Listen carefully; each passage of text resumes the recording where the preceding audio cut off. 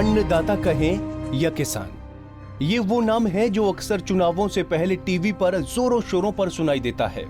ये वो नाम है जिसे चुनाव से पहले हर राजनेता अपने भाषण और वादों में इस्तेमाल करता है। लेकिन जब चुनाव हो जाते हैं तो क्या किसान और क्या उसकी मेहनत?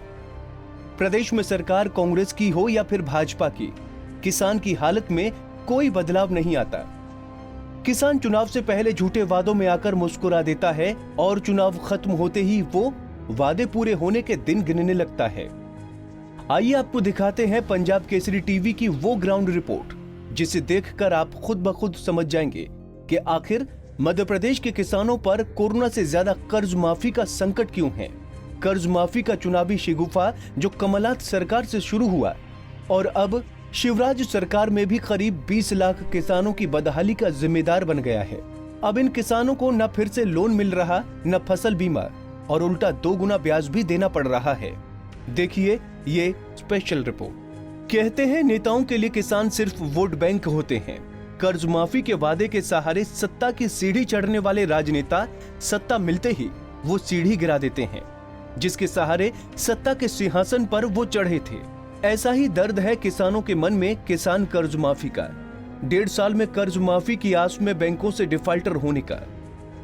दरअसल 10 दिन में किसानों की 2 लाख तक की कर्ज माफी के वादे के साथ सत्ता में आई कांग्रेस ने 50,000 तक के कर्ज वाले किसानों के कर्ज तो 15 महीने में माफ किए, लेकिन 2 लाख तक के कर्ज वाले किसानों की कर्ज माफी के दूसरे चरण की प्रक्रिया शुरू करने के बाद कांग्रेस नेताओं में फूट होने से सिंधिया समर्थक 22 विधायकों ने इस्तीफा दे दिया।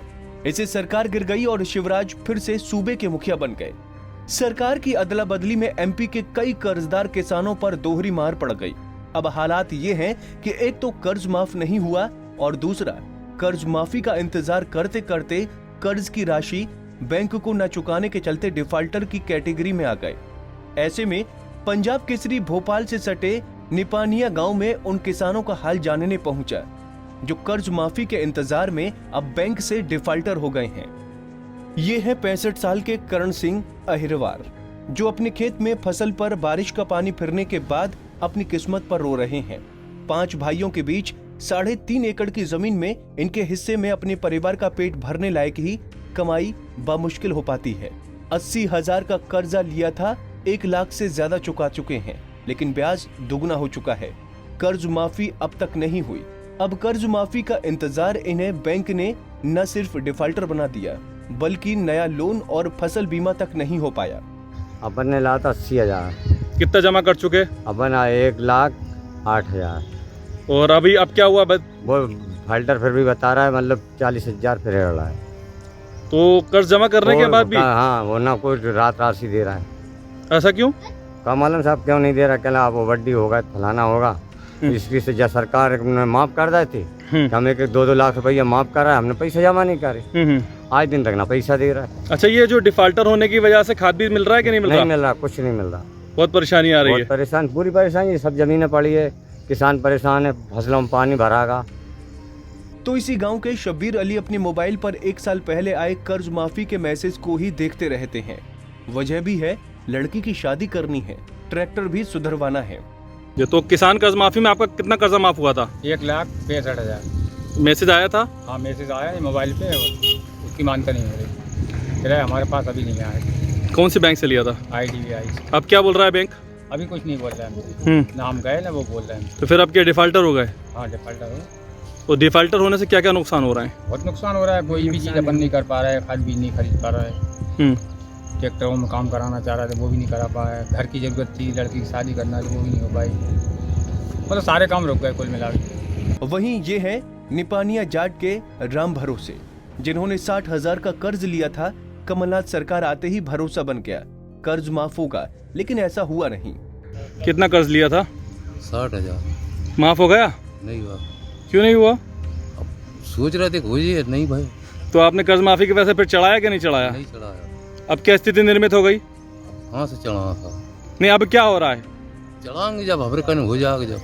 तो डिफाल्टर हुए कि नहीं हुए? हाँ, डिफाल्टर को ब्याज भूखेंगे क्या करे। अब डिफाल्टर होने की वजह से खाद बीज मिल रहा है कि नहीं मिल रहा? नहीं मिल रहा। क्या परेशानी आ रही है? बस यही परेशानी। क्या क्या?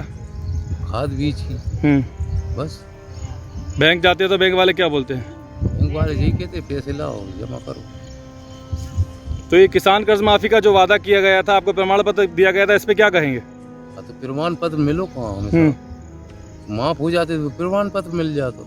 अब सवाल ये कि कर्ज माफी के जाल में फंसे करण सिंह, शब्बीर और राम भरोसे जैसे लाखों डिफाल्टर किसानों की सुनेगा कौन? क्योंकि मौजूदा सरकार के कृषि मंत्री कमल पटेल तो किसानों समस्या का समाधान देना तो दूर, उल्टा पूर्व मुख्यमंत्री कमलनाथ को दोषी बताते हुए कह रहे हैं कि ऐसे किसानों को एकजुट होकर कमलनाथ और राहुल गांधी के खिलाफ थाने या कोर्ट जाना चाहिए। अध्यक्ष राहुल गांधी जी ने किसानों के साथ षड्यंत्र पूर्वक धोखाधड़ी की कि 10 दिन में किसानों का कर्जा माफ कर देंगे, लेकिन एक भी किसान का कर्जा 2 लाख का माफ इन्होंने नहीं किया।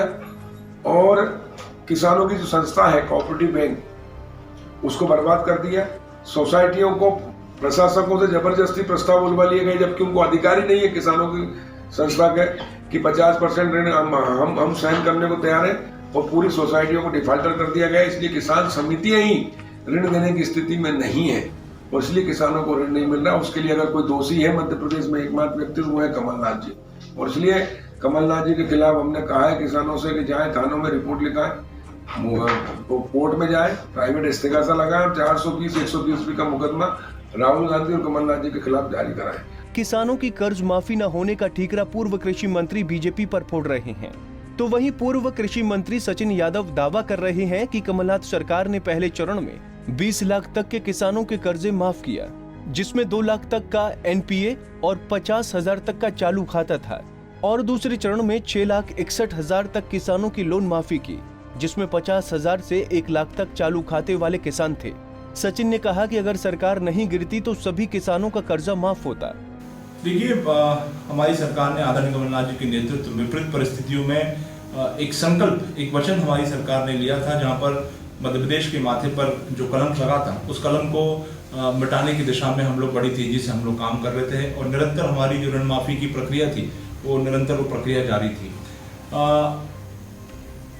मार्च के बाद से जो परिस्थितियां, राजनीतिक परिस्थितियां बदली हैं, मार्च, अप्रैल, मई, जून, आज लगभग 4 महीने होने में जा रहे हैं, लेकिन सरकार ने ऋण माफी को लेकर के अभी तक कोई स्थिति जो है स्पष्ट नहीं करी है, और उसका परिणाम है कि आज पूरे प्रदेश में एक अनिश्चितता का माहौल बना हुआ है, और उसके परिणाम स्वरूप हमारे, अगर सरकार ऋण माफी को लेकर के कोई ठोस कदम नहीं उठाती है या कोई ठोस निर्णय नहीं लेती है या अपनी नीति स्पष्ट नहीं करती है, तो उसके परिणाम स्वरूप एक बहुत बड़ा संकट जो है हमारे मध्य प्रदेश में हमारे किसान साथियों पर आएगा, जहां पर एक बड़े पैमाने पर हमारे किसान साथी जो है डिफॉल्टर हो जाएंगे।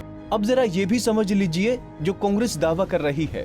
पहले चरण में 21 लाख किसानों के 6,000 करोड़ के कर्ज माफ किए, दूसरे चरण में 50,000 से 1 लाख रुपए तक के स्टैंडर्ड खातों वाले 7 लाख तक के किसानों के कर्ज माफ करने वाले थे, लेकिन 2 लाख किसानों के ही कर्ज माफ कर पाए। बहरहाल सियासत की धुरी पर पिसते वोट बैंक बनते रहे किसान अब कर्ज के चलते बैंक से ही डिफाल्टर हो चले हैं। अब मंथन इस बात का नहीं कि गलती किस सरकार से हुई, बल्कि सवाल ये है कि आखिर क्या इन किसानों का कर्जा माफ हो पाएगा या नहीं।